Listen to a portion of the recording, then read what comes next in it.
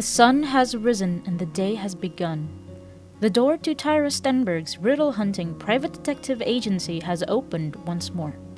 Although at the moment, 2 of our detectives are already preoccupied by a demanding case. After the disturbance they received last night by likely mage cultists, Bullseye and Ashley have been investigating any potential clues to help them find answers to make sense of this puzzle. While Bullseye is looking through the documents in the agency, Ashley is taking the time to talk to little Melody. In the two's office, there was a small couch, often used by one of the two to nap during all-nighters. Though this time, they let the girls sit on it instead, after a bit of cleaning up. Melody and Roseanne are served lovely, herbal, fruity blend of tea by Ashley, a little on the sweeter side for the little one. After pulling a chair for himself, Ashley pulled out a little notebook, not unlike those cartoonish detectives from Saturday morning cartoons. "So," he begins. "How are you guys? Last night was rough, but I hope you slept all right after." Roseanne nodded with a small smile.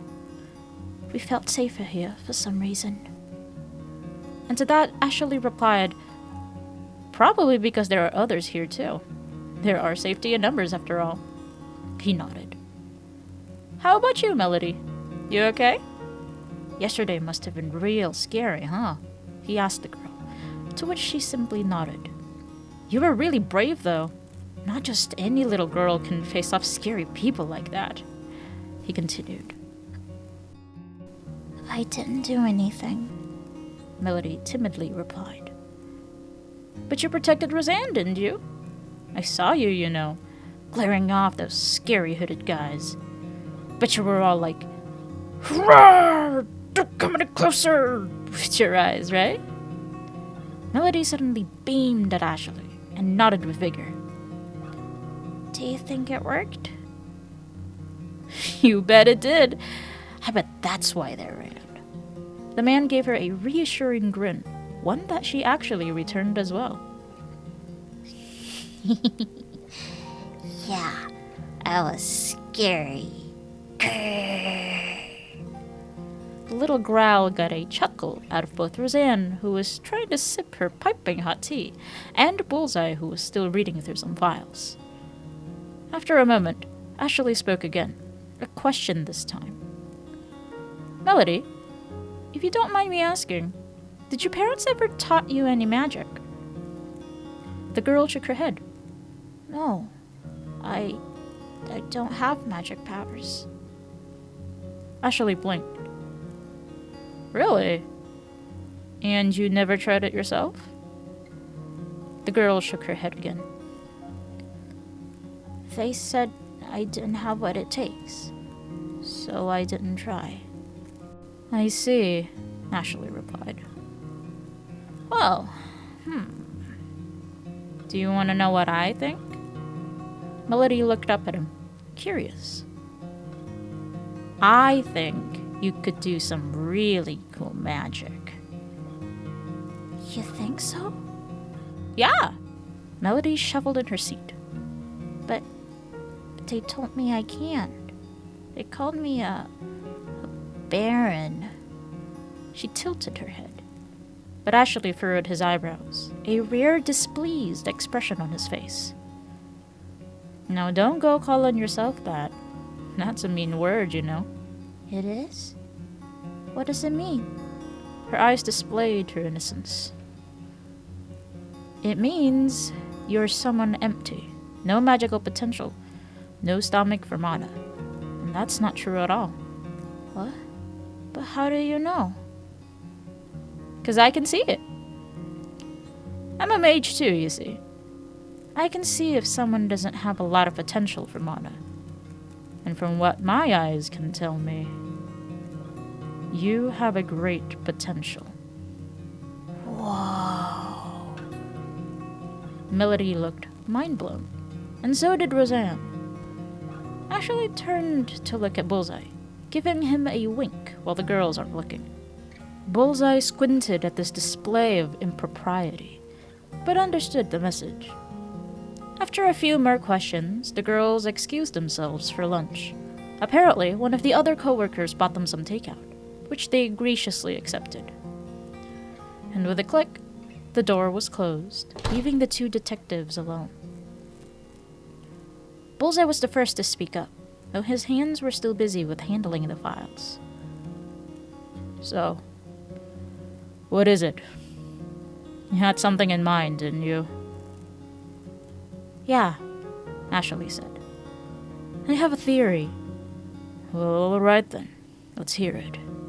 Okay, so clearly the Wallaces are trying to involve Melody with some form of magical ritual, right? Adopted kid, never treated well. She was probably taken in specifically for the ritual. The question is, what kind of ritual is it? And for what? Originally, I was thinking they might use her as some form of vessel for something.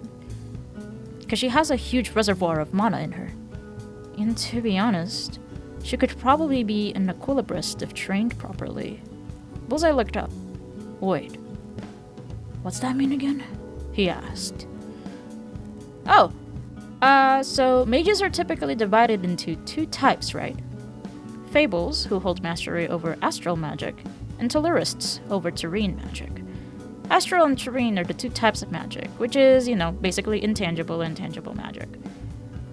Yeah, that part I get, Bullseye nodded. Equilibrists are rare mages who can master both types at the same time, Ashley continued. Basically, it means they have a metric ton of mana in their bodies, around twice the amount a regular person would have. Right. Okay, go on. Bullseye set his files aside to just listen properly now. But something didn't quite feel right. That's why I shot her the question.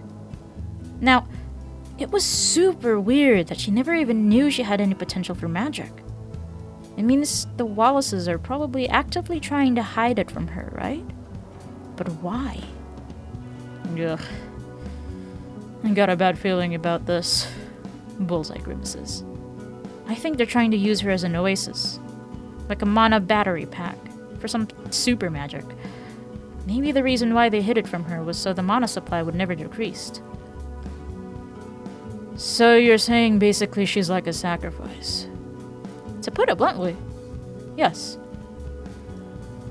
Bullseye pinched the bridge of his nose, distraught.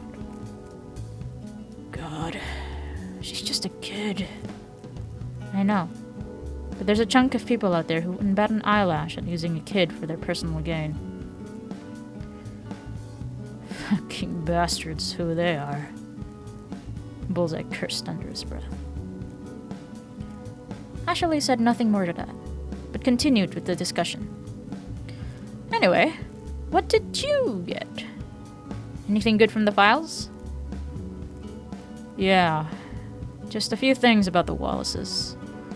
Politicians, mage activists, But there is something.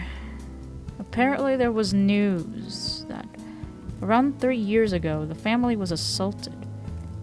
They used to have a biological daughter, but she was kidnapped by an anti-magic extremist group and didn't survive.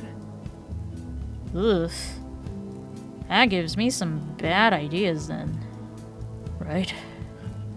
Bullseye puts the files back where it was before. I think we need to pay them a visit. The suggestion put Ashley in a pause and just simply blinked for a moment. Ugh. Of course. Our Claire likes taking things head on after all. What? They don't need to know the kid hired us. We could just be there to ask for coincidentally relevant questions. That's what I love about you in this agency. Rules are second and justice is first. It's funny. At that, Bullseye simply grunted, standing up, grabbing his jacket and began walking towards the door. I'm leaving you. Wait, what? No, wait, come on, I'm coming, you goose. And with that, the two detectives leave for the door, onto the roads and towards the lion's den. Sidereal Cabal, Judas Kiss, Case 1, Unsought Inheritance, Episode 2, Part 1. Thank you for watching.